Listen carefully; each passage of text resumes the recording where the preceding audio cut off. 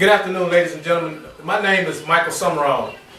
Today I'm going to give you all a presentation on understanding adolescent development, brain basics.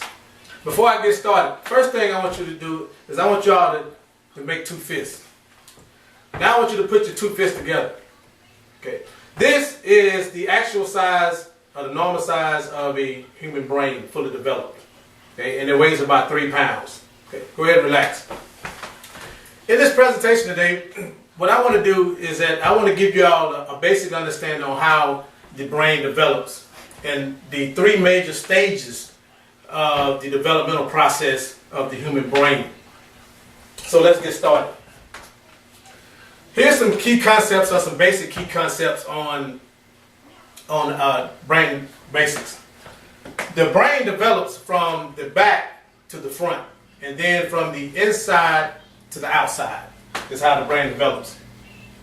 Here are the 3 major developmental stages that the brain go through, and I'm going to cover these and how they relate to our behaviors. First, you have the physical life functions of the brain, which just controls breathing, heart rate, pulse, and blood pressure.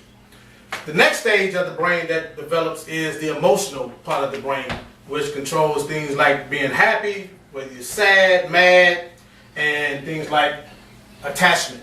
The last part of the brain that develops is the thinking part of the brain, which controls your reasoning, your thinking, your judgment, your planning, and your strategizing. Next, I have an MRI slide of the human brain, and I'm going to go through the 3 major developmental processes on how the brain develops and how it relates to our behaviors.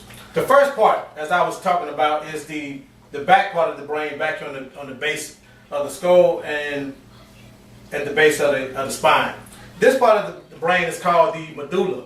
This is the part that controls your life functioning, your breathing, your heart rate, and your pulse.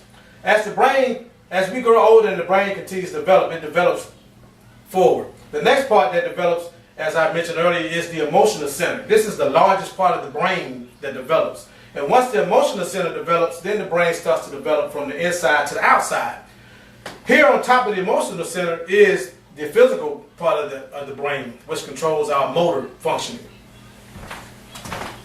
Now, as the brain continues to develop to the front, the last part that develops is the thinking part of the brain, which is called the prefrontal cortex, or the cortex, which sits right here behind our forehead. Okay? The interesting thing about the cortex is that as the developmental process, as we are growing, the cortex goes through an enormous construction period. Okay, it is going through a continuous pruning process.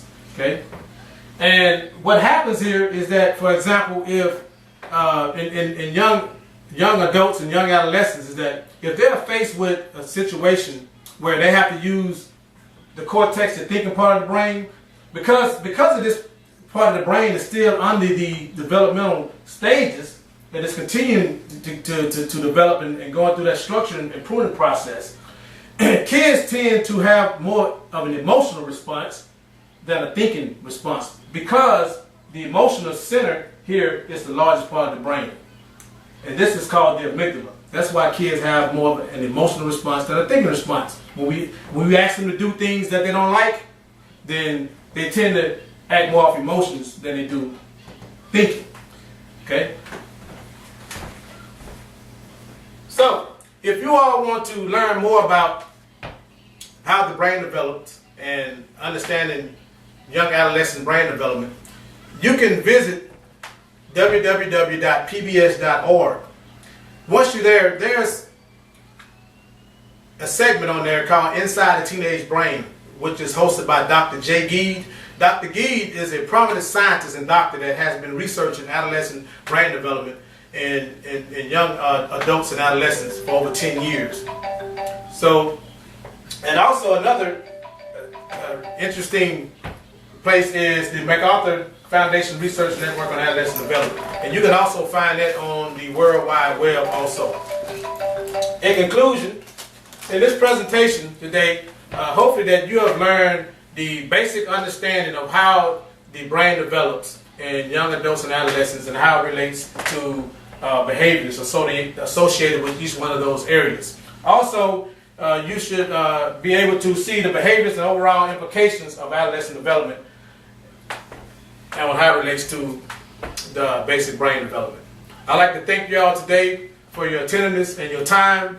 If you have any questions, I'll be available for the next few minutes. Thank you.